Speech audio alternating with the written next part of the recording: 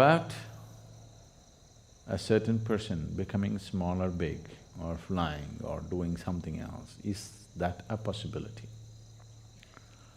Very much a possibility, very much a reality. It was very much prevalent in this country, in this culture, but it was looked down upon. But it was looked up elsewhere, particularly in the Native American cultures. There is a whole tradition of shamanism where it is… even today there's any amount of talk about how a Native American shaman becomes an eagle, becomes a fly, becomes a wolf, transforms himself into some other form and gets there and all this. So these are not just stories, it is very much a possibility that one can transform his form if he wishes to. There is a panel in the Dhyana Linga where somebody transformed himself into a form that was relevant to someone else. Have you noticed it? You did not? So, about people taking on the forms that they wish according to the convenience is not a new thing or it's not an unheard of thing. Almost in every part of the world it is there. Particularly it is being publicized in a big way about the North American and South American shamans these days, about shamans becoming eagle and becoming wolf. These two forms are very common for them. That was not unheard of here, but it was looked down upon in this culture. There it is being looked up to because this is not spirituality, this is occult. Here, our occult scientists, I call them scientists because they are that kind, they don't bother to convert themselves into a bird or an animal because the risk. There is a beautiful story about… what's the name of this sage who swallows the… You know whom I'm talking about? Ashwini Kumaras, and they went to him to learn this Shuklacharya. Yeah, he took the form of a horse, is it? Ashwini Kumaras took the form of horse and he swallowed what? Shuklacharya, I think. So, there's a whole big story which is maybe a kind of a branch out from Mahabharata, or it's more from Krishna Avtara kind of thing.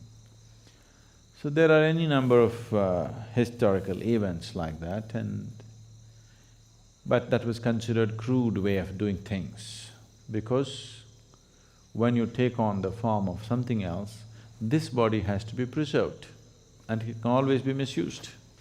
So, there have been incidents where somebody left his body here in some safety and let's say became an eagle and flew for some time. But when the eagle came back, the body is gone. Now what does the eagle do? A eagle comes and sits here and says, I am a yogi. Pathetic state, isn't it? Because you cannot fly, you think being an eagle is a big thing. Being an eagle is not a big thing. Though he flies high, he's only looking down all the time. It's better to sit here and look up rather than go up and look down. Really. So,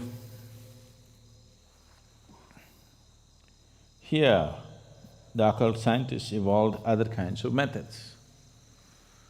That is, they themselves do not take on other forms, they pick other forms and make the forms work in a certain way. They will take a certain animal, usually one thing that is heavily used is a chicken. Oh, you think that's a waste, huh? So they will release the chicken has to be young and vibrant chicken, uncooked. So, release the chicken's life and use that life form to do certain things for you. Rather than you taking on the chicken's body, you make that chicken do things controlled by remote-controlled chicken, all right? A remote-controlled chicken is better than you becoming a chicken, isn't it? Because you becoming a chicken, there is a risk. You left your body and you went out as a chicken and tried to do something and you've become somebody's tandoori. So, they evolved better, more sophisticated methods to deal with the same things. Is that possible? Hanuman becoming small, big, very much possible. And even today, it is a phenomena that's been witnessed by many people, particularly Hanuman devotees. Change of form is a very common thing among the devotees of Hanuman even today, because that is the trend he set.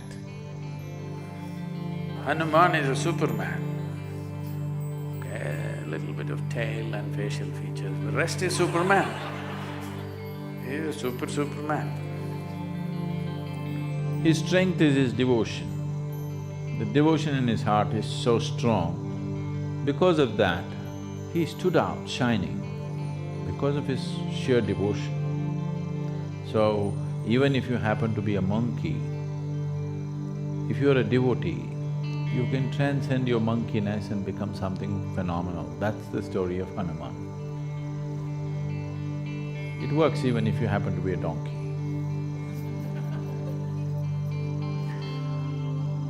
So, yes, the occult sciences have many aspects to it. One Veda is dedicated towards this, Atharvana Veda is all about this.